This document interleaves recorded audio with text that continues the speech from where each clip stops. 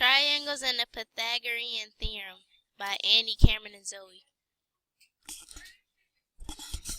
Standards covered. Apply the Pythagorean theorem to determine unknown side lengths and right triangles in real-world and mathematical problems in 2 and 3 dimensions. Use square root and cube root symbols to represent solutions to equations of the form x squared equals p and x cubed equals p, where p is a positive rational number. Evaluate square roots of small perfect squares and cube roots of small perfect cubes. Note that the square root of 2 is irrational.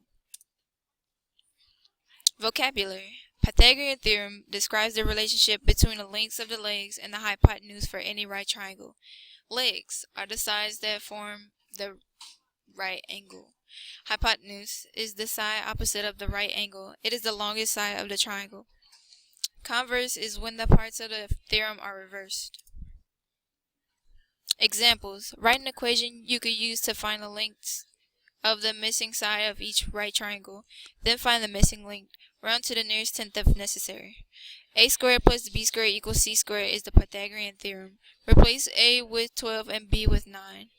Evaluate a squared and 9 squared. Add 81 and 144. Definition of square root and simplify. Number 2 is basically the same thing, so I just skip to number 3.